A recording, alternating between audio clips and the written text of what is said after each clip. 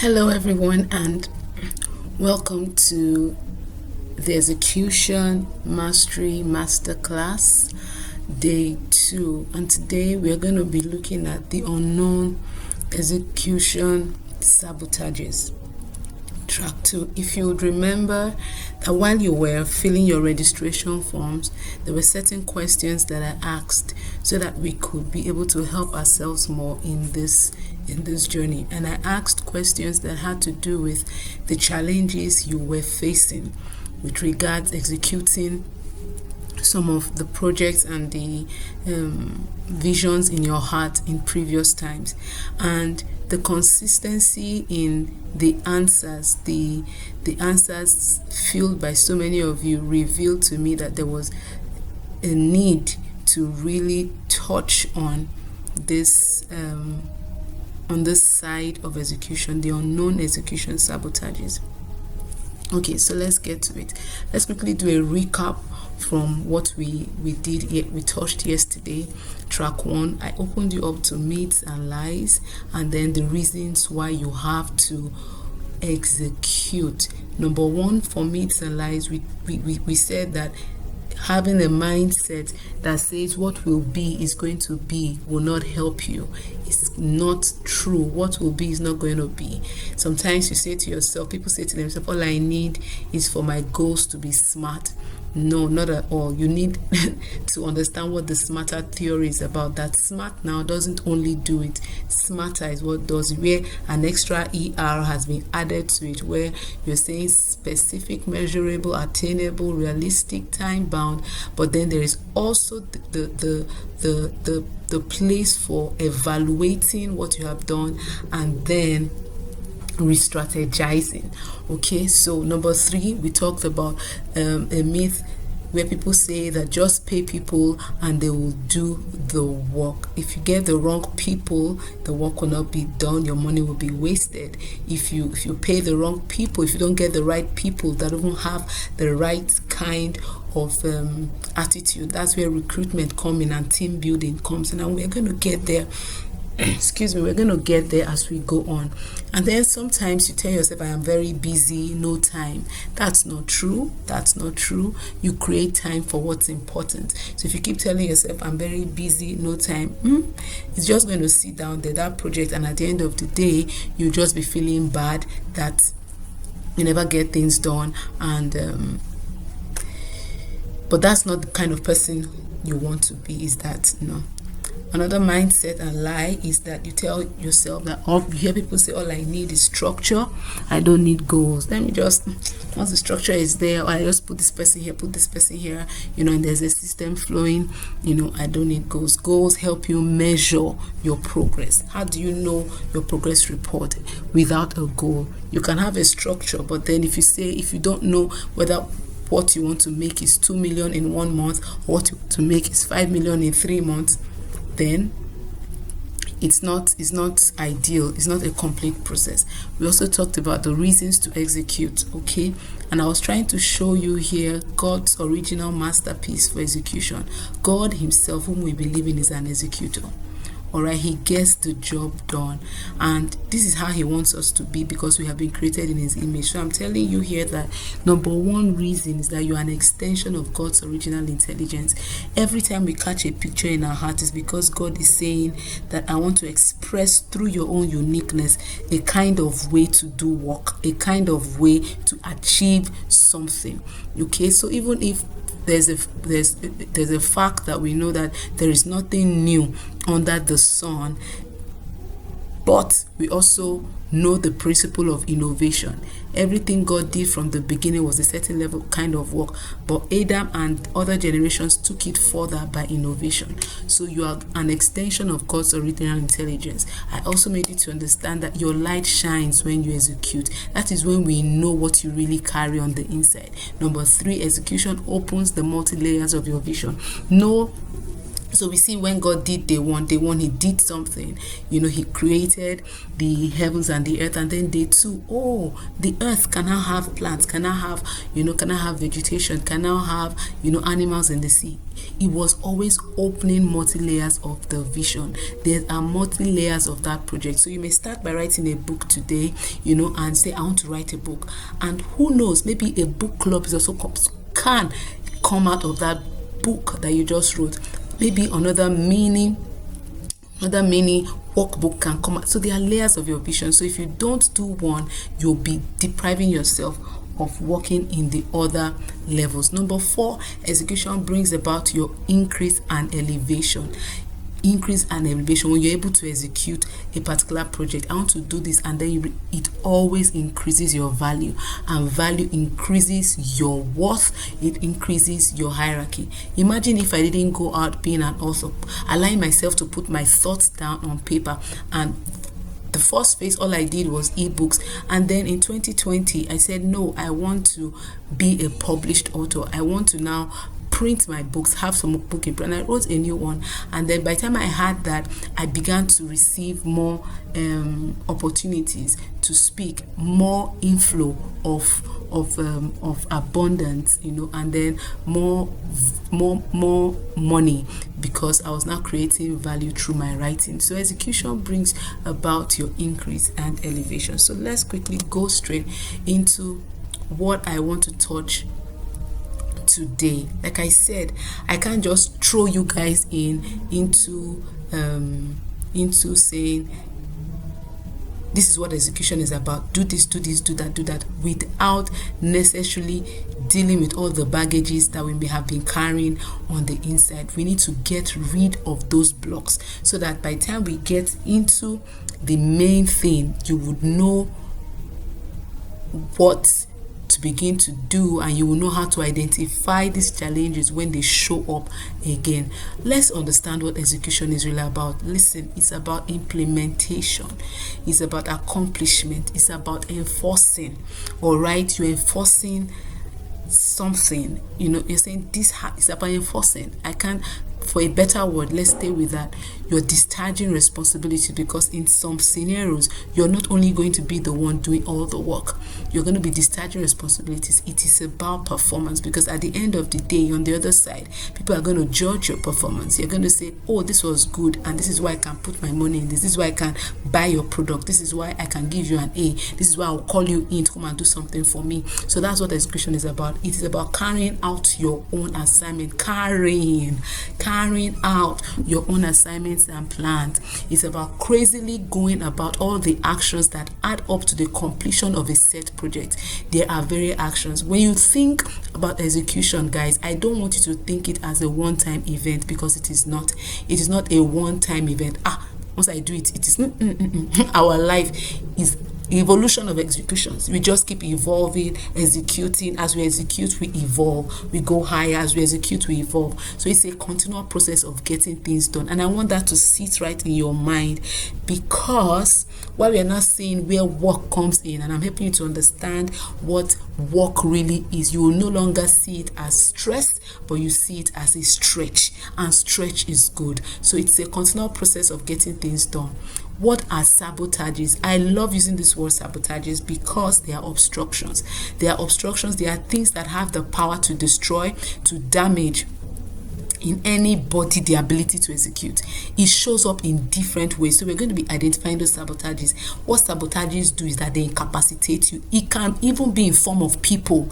That there are people that once you just come in contact with them, they talk to you, you just feel incapacitated. The strength to do just disappears. These are sabotages, are things that threaten you. All right, and you need to be able to identify these things, because execution is a journey of energy. It's a journey of energy, and you need to begin to identify where you can pick energy and help yourself to keep moving. These are things that spoil your thought patterns and flow. Sabotages disempower you completely each time you are on that journey to execute a process. So it's important that you understand the execution sabotages. These are the things I called challenges when you were filling your form. So let's get to it. Every time you think about the word execution, I want you to understand that it is a movement in the right and forward direction. You are moving. It's a good thing. It's a good thing. It is not a stress mode. Instead, see it as a stretch.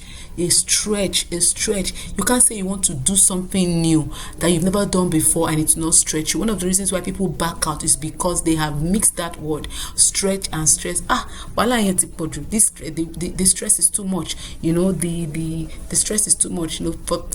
Forgive me for speaking the Yoruba language, but wahala yeti podu in Nigeria means the stress is too much, and there's good stress. Permit me, and I see good stress as a stretch. It's a stretch. So you should never execute downwards. So even when you think it is drawing you and is giving you a form of discomfort, you are never really executing downwards because you become better for it. All right. I want you to understand that there are hidden factors that can slow you down. I have said that several times, and that is what we want to see here. Now, being unaware of these factors is not a good thing. All right. Being unaware of these factors is not a good thing. And then we want to know the root of these factors, because when we know the root of something, then we can disempower it totally, and then we can begin to run. Okay, so let's talk about 15 execution sabotages that I call mindset blockages that I have identified. I have identified these things not only in the lives of people, but I identify with them because through my journey I also realized that I dealt with some of these things, and in dealing with them I became better in executing. Listen, there are self-inducing limitations. That is, limitations you induce for yourself. This is about creating unreal situations in your head, always thinking of what will go wrong. I know so many things are going on in the country, situations make us feel like nothing can ever go right. So, but if you have this always sitting in your mind, okay, for example, you want to do something, you want to create an online course, and then you're already thinking, what if people don't buy it? That's the sabotage. Because when you keep thinking, what if people don't buy it, you will not get yourself to do. That's an example of a self-induced limitation. So you need to check that. Number 2, externally induced limitation. That is, this is not even erupting from yourself now, but from the things you see around you. Environmental influences, people and places, assuming somebody else's reality as the ultimate reality. So you have seen somebody do something that you won't intend to do, and because you heard that person complain that, oh, this was his own experience. Okay, so I wrote a book on prayer. Let me give this example. I wrote a book on prayer, and while I finished writing the book, somebody said to me that, why write a book on prayer? Why not write a book on singing? Will people buy books on prayer? People have written different books on prayer. That was one. Another person said, why did you brand a prayer book as blue instead of red? It's going to affect the sales. That's another. Those were externally induced limitations. But my book did well. I did not allow that to hold me back. My book did extraordinarily well. One book, and I registered 7 digits in so I'm trying to let you know that you don't need to allow environmental influences. Okay, not 7, it was 6 digits. No, I didn't make it. 7 digits is millions, right? So 6 digits. So externally induced, don't allow environmental influences. All right, so you need to be able to check that. Depreciating mind box. This is mindset and belief system. Sometimes many people don't even really know what they believe until when they want to start something, and then you just see things erupting from past experiences, from what you've heard people say, and they have sat down as strongholds in your mind. Belief system, never feeling good about your abilities. That's one. A lack of trust in your natural gifting. So you can do something, and you know that you have this gifting, but having that gifting is not enough. Conviction that yes, what you have can produce an answer it's what is needed. So you need to give attention to that as well, because that can stop you from executing. You need to know what your mindsets are. What are your mindset? One mindset that I had to deal with was, for example, when I was going to clock 30. When I was going to clock 30, I think one of the things I really wanted to do then was to establish a business. But somehow I lost my job. I lost from a banking job. I had to step into nothing, as it were, earning income and all of that. And at that point I began to ask myself, okay, what is it that I have? If I'm going to do my business, at least I should have something running. I was thinking to myself, okay, and I felt like the mindset and the beliefs that sat with me then is, how can a banker start teaching? How can a banker start teaching? But teaching was a gifting that I have. Teaching was something that rested with me. When I was in school, I did it. When I finished my when the school UI was on strike, the easiest thing that came to me was to go to what were these things called? These jam lessons, and I was teaching chemistry, and I just loved teaching. But now I had gotten a job, worked as a banker. It became almost hard for me to go back to teaching, because I felt, why should a banker teach? What will people say? So that rested in my mind, and I was no longer feeling good about my ability to cheat.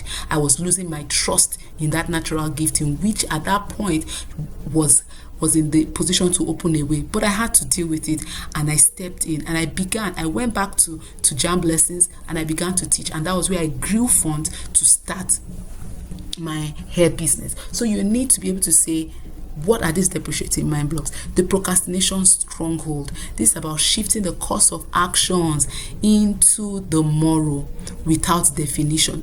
Procrastination is learned. It didn't fall from anybody from anywhere. It is learned.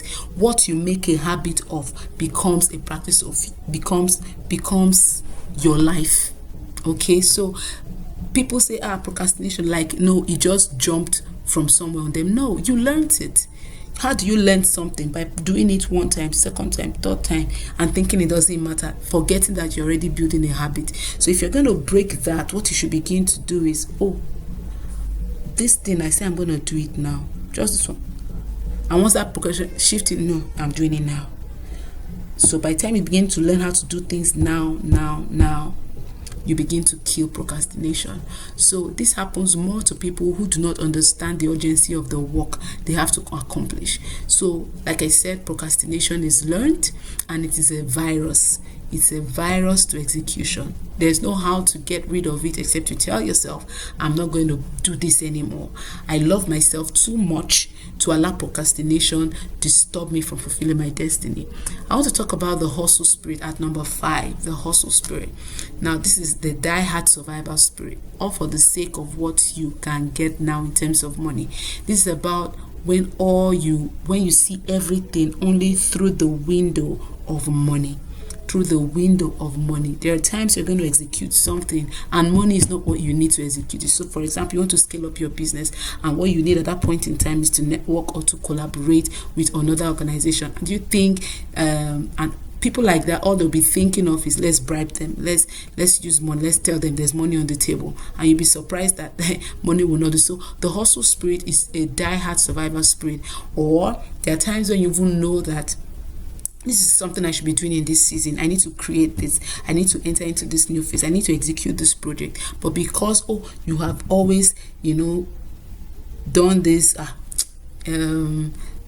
love to hustle. And then because of the present gains of it bringing, what you need part time in terms of money, little cash flow all the time, you don't step up from that into doing something that is more valuable, that is more sustainable, and that has the capacity to impact or bless or bring you more increase, simply because you have mastered the hustle spirit and you're not trying to stretch yourself. Number 6 is subtle pride. I want to stay on this because it's very, very important. It showed up in my life at several times, and I realized that it's something that holds one back from executing, because in the journey of execution, it's not a one man, depending on the phase that you're in, it's not a one-man journey. There are times you're going to step up. There are times you're going to be able to do everything on your own. But there are times that when you need to grow and you're saying, I'm going to have to bring more people on board, or I have to meet more people, I have to talk to more people. This is where you begin to see subtle pride. And this is about never willing to step out of your comfort circle to ask for or to negotiate or to collaborate. Equating, this is about equating asking for begging. There are two different things. Asking is when you know your value and you're trying to exchange it for value, all right? And then begging is like you're painting yourself like you have nothing to offer. Come and help me, all right? So there are two different things, So, and the subtle pride assume asking to be a derogatory position to take. And you hear some people say, I can never ask anybody for anything, I can never ask anybody. That's pride. You're not going to have everything to build that enterprise. You're not going to have everything. You're going to have phases where you're going to have to negotiate with people. You're going to have to collaborate. You're going to say, I want to step into your world. I love what you're doing. Can we work together? So, but if you have that pride, subtle pride also shows up for people who are very perfection driven. That is the perfection oriented people. I'm not talking about excellence driven. Is different from perfection driven. Perfection driven is that kind of mindset that if it's not this way, no, it has to be my way. It has to be my way. This is the way I see it. And then if somebody else is bringing another idea, you feel it's countering what you have to offer and you never take it in. So subtle pride is something everyone must watch for if you're going to really be an executionist. The spirit of competition, number 7, is another important one, where you gauge your life through the lens of other people's achievements. All right. And so by the time you gauge that, it cripples your own idea. You keep comparing. Look at where I am. Look at where this person is. You forget that person also had a 0 point that he started on. So if you have the spirit of competition, it will always cripple you when you're executing. You will never appreciate what you're doing. And that's a dangerous place to be. All right. Spirit of competition is also when you... the spirit of competition, yes, is also when you many times think that what you want cannot be achieved. You cannot be given to you. Okay, so it's more or less like saying you must fight for what others have because you think it's not sufficient to go around. Okay, you must fight. I must do it in their own way.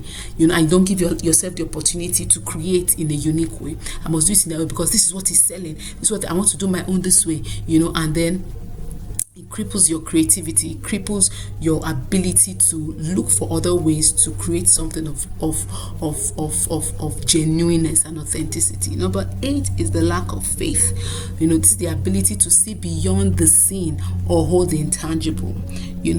Some people will never just, step into executing their projects. Why? Because they just don't have faith. They just don't have faith. They always feel like everything should be handed to them. Everything should be handed to them. It should come on a platter of gold. They are not ready to journey through. See, I'm a person of faith, and the Bible that I believe says that your beginning may be small, but your latter end will increase. That journey of increase is a journey of faith. So lack of faith is the inability to see beyond the seen or hold the tangible. It's like saying it's the spirit of Thomas. So the question I ask people is, if you can believe in the concept of divinity, that is a divine being whom you have not seen, then why is it so hard to translate that faith into your project? Okay, I have not really seen the project tangibly, like in this physical. I only see it in my heart. I only feel it. I see it in my mind that this thing can be.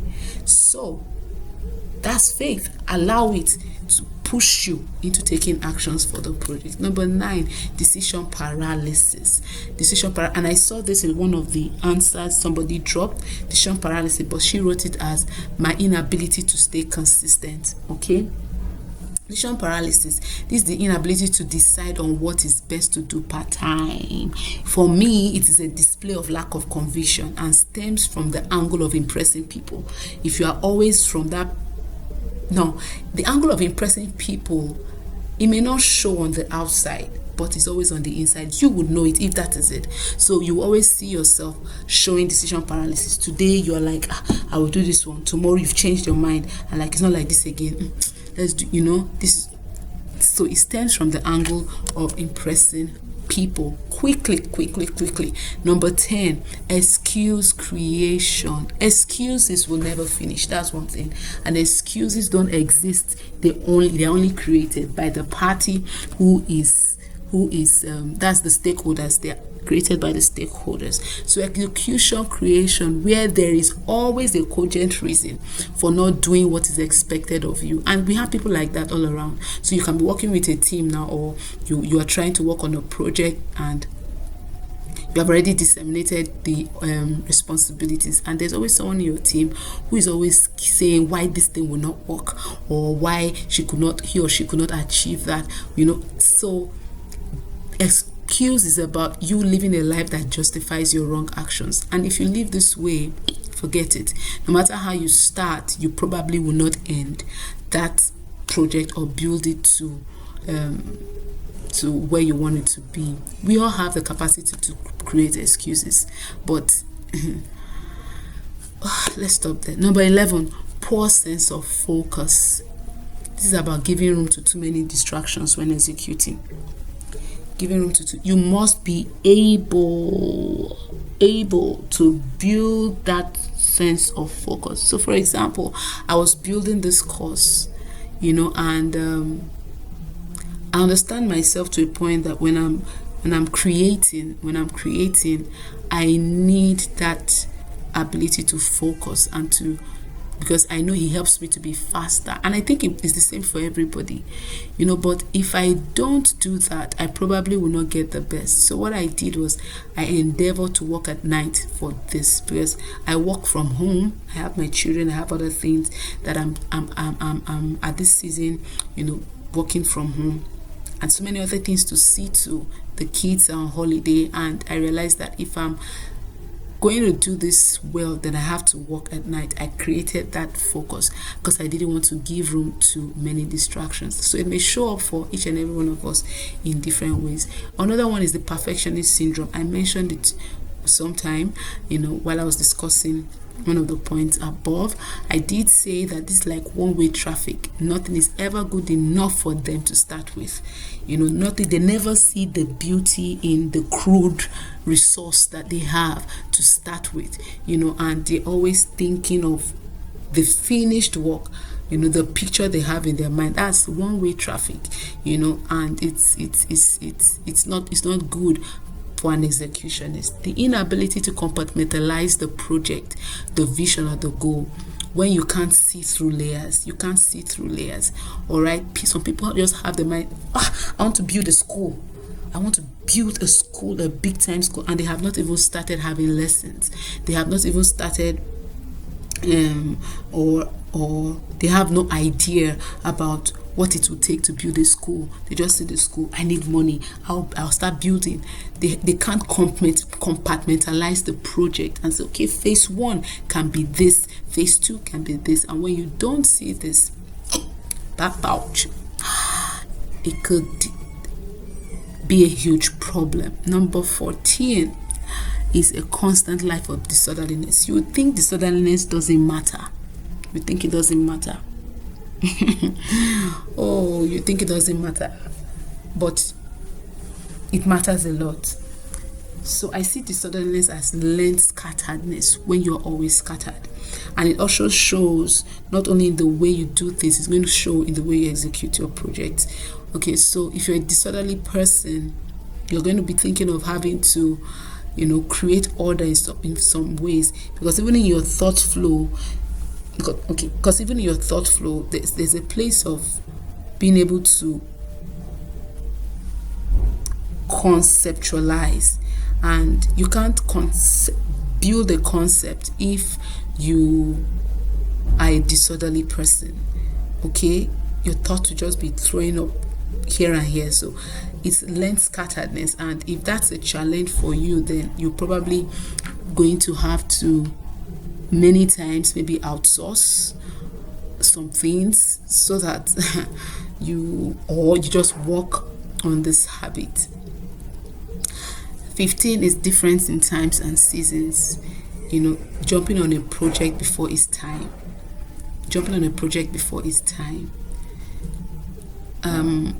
Let me see how best I can explain this. There are times when you have conceptualized something and you know that this is what I'm supposed to do. Okay, so let me use myself as an example. I've always known I was going to have like a school, a platform where I could get to teach people based on my life experiences, and that's why I like to call myself a life coach. All right, and but I didn't jump on this just like that, because I knew that there would be a time and a season for it.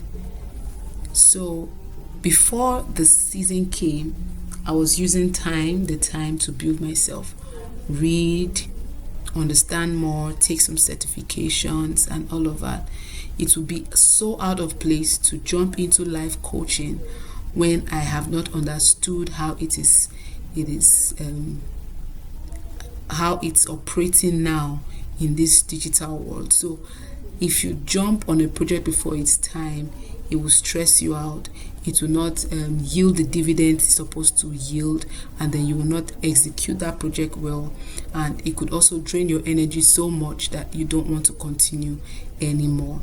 Number 16, we're almost done. Waiting till close of deadlines. I used to operate like this a lot, and in a way it's very similar to procrastination. Waiting till close of deadlines, you just feel like, oh, there is more time. I'll hit the deadline. Don't worry, I'll hit the deadline. And then eventually you're doing it 2 days or 1 day to the deadline, and you just realize now that you're not doing a scrubby work. You're just doing a shabby work, and it's not at its best state. Okay, so waiting till the close of deadlines is not good. It doesn't help your creativity. It doesn't help. It puts you under pressure, and pressure is not so good for executing well. So that's one thing that could also be a sabotage to execution. And then number 17 here, I have the inability to handle a no. Inability to handle a no. I remember a young friend, or a young let me leave it like that. A young friend of mine who was undergoing, or she applied for a, what's it called? She applied for an ongoing contest as a model. All right, and it was an online contest where she also had to get people to vote for her and all of that. And she took one of the ways she wanted to ensure that she won, or at least made it to the first 3, was one of her strategies was that she was going to send direct messages to people via Facebook using the messenger, telling them to, which was a very, very good strategy. But then the inability to handle a no almost made her, not continue at all with that, because there was somebody who perhaps she held in high esteem, who, when person received her message, literally blocked her, blocked her from, just blocked her, and she could not communicate to the person anymore. And it really affected her, made her unhappy, and she was almost not going to go on with her mission to win that contest anymore. So you need to learn the way to accept a no, the inability to handle rejection, rejection mentality, allowing a no to hamper your process. Be ready for many no's, especially when you have to, but then it shouldn't mean that you can't go on. Now, all of this that I've talked, these 17 sabotages, they take place in one place. They happen in our minds. They happen in our minds. Without a strong mind, you cannot execute your vision. You cannot execute that business you want to build without a kind of strength. That is why we said that execution equals education plus expertise plus endeavor. If you've gone through your first track, you see that there. Endeavor. Without a strong mind, your mind must be strong. Okay, the seat of our thoughts is the mind. You must know that your mind is producing something part-time. What it's producing is now the most important thing, and what the mind produces is what has been fed into it. Now, there's a way people have mastered what to say or how to behave in the public, but it does not really register with who they are on their inside or who they are in their minds. So let me talk to you about how the mind works, okay? I'll talk to you about how the mind works. This is an important part of this track, because when you get it here, half of the work is done. Most of the things that fight with us, these sabotages, they are mindsets and mind blocks sitting in our minds. And that is why when you want to do something, all of a sudden they just show up. You didn't know they were sitting there before. But when you now want to do something, they just show up and they are fighting you and you are battling. Have you ever read the book called The Battle Seat of the Mind? Yes, that's what Joyce Meyer was trying to teach us in that book. And that will be a good resource for you if you know that you always have this kind of or any of the sabotages dealing with you. The mind. In the mind, we have the conscious reasoning and the subconscious reasoning. All right, the mind has the conscious reasoning and subconscious. The subconscious reasoning occupies about 90% of our brain, and the conscious reasoning only 10%. So we are actually being driven by the thoughts in our subconscious reason. Why? Because it occupies more of our brain. So that's why we need to be careful of the things that we take in. Now, it's possible that some of the things that are settled in your subconscious mind is not completely your fault. Why? Because we are all products of different phases of our life, product of how we grew, where we grew up, what our parents told us, what our teachers in primary school and secondary school told us. If you had a teacher who was in your secondary school who was always telling you, you will fail my course, or you are just dull, so you have heard something negative for so long, so it registers in your subconscious mind. And so even though you're journeying and trying to make a life of meaning, when you're trying to do something really, really that sits with your purpose, those thoughts come again to you. Why? Because they have sat there. You have heard it too much, and it has formed a belief system. So beliefs are formed by the things we have heard consistently, knowingly or unknowingly. So it registers there. All right. So that is where what drives us comes from. So you'll be wondering, I want to do this. Where are these thoughts coming from? Why am I always feeling low? You see people saying they have low self-esteem and all of that. It's because of the things that have sat down in their subconscious reasoning. However, you can change this. You can change the story. You can change the story. And this is where I said execution. We are going to be going to the next track tomorrow, where I said execution and work are twin brothers. They are twin brothers. There's a level of work that goes with it depending on the phase that you are. So this phase is about you having a secret meeting with yourself. I thank you. I also have a coach. That has really that has journeyed with me through a lot of seasons, and I am better for it. Okay, and so this is the phase where you're going to have a one-on-one meeting with yourself. Sometimes we don't do this enough. Because when you have a one-on-one meeting, you begin to ask yourself, what are my fears? What is holding me back? What am I afraid of? Why am I here? Truly, why am I here? I saw somebody wrote it, I have nobody to help me. Why do I think I have nobody to help me? Because that's a mindset.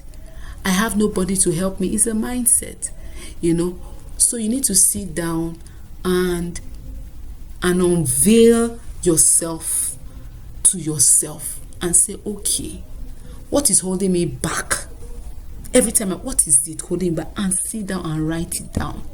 What is holding me back from these desires? And ask yourself, out of these 17 things I have talked about, which one is more common to me? Don't just read it. Which one is more common to me? What is the root reason? Where is this coming from? So I have a client that I worked with. I think this is the month of September.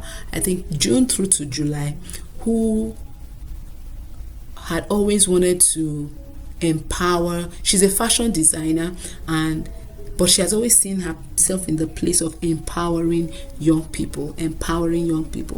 And I'm like, okay, so why haven't you started? She's like, so number one, she had a picture in her mind where I need to get a big hall. Where I'm going to be talking to people. And I'm like, okay, get a big hall. Who is going to fill the big halls? How are you going to get the people to fill the big hall? Because it's not a bad idea. And then as we thought through, okay, so we halted at that point. And I'm like, so why must it be a big hall? No, that's the way it should be, and all of that. I said, really? So as we kept scrutinizing and then trying to help her look at it in more intrinsically, we began to realize that the root reason for this vision, which is true, a true vision, but she was coming to it from a wrong side, and that's a place of impression that it would improve her self-worth, and I'm like, okay, yes, that is there, but how exactly will it improve yourself? By the time we got talking, I don't like this is how I feel it should be.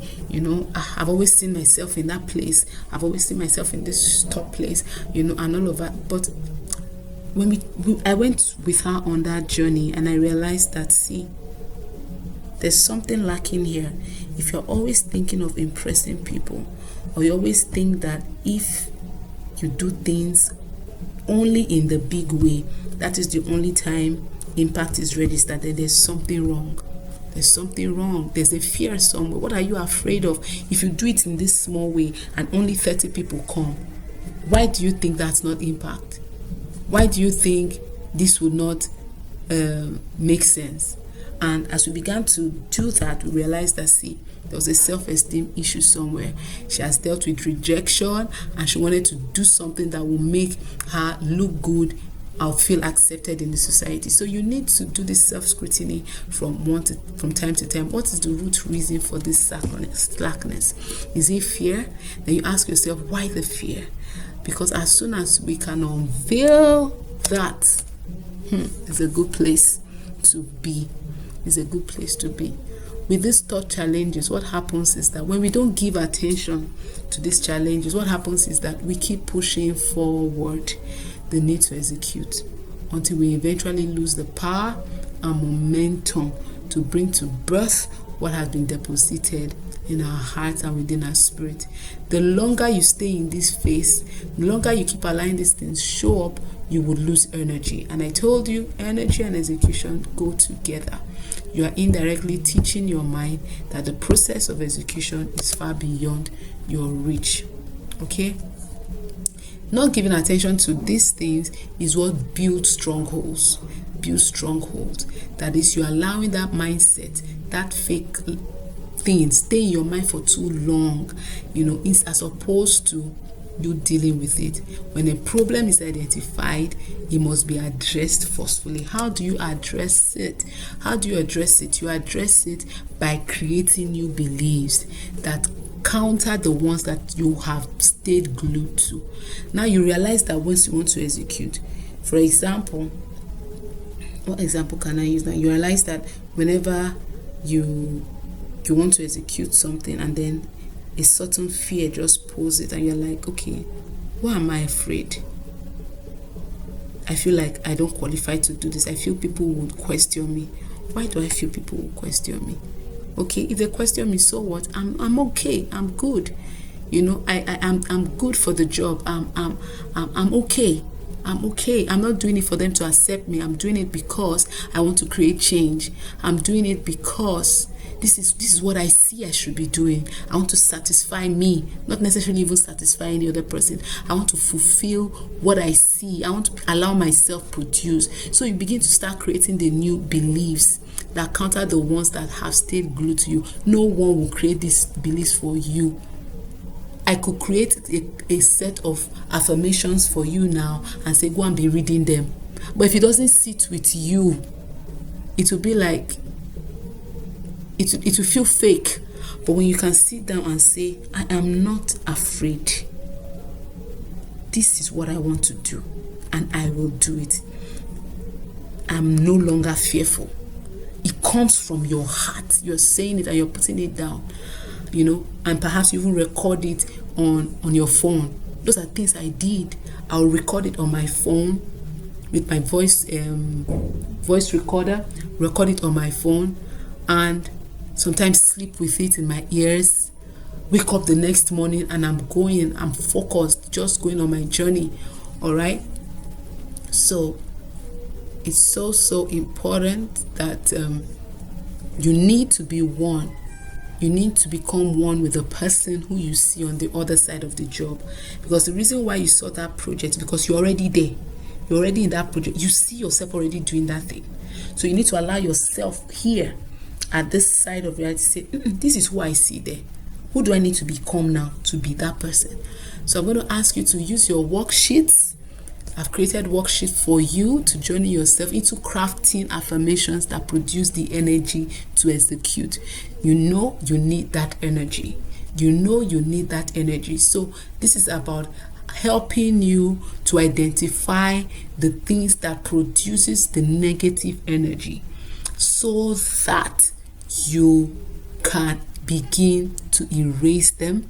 You can begin to form new belief systems, and then you have the right heart to begin to execute your goals.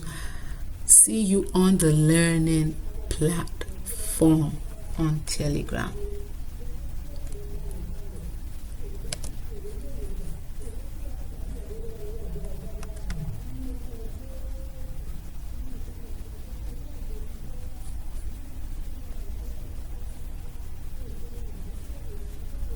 Did I record?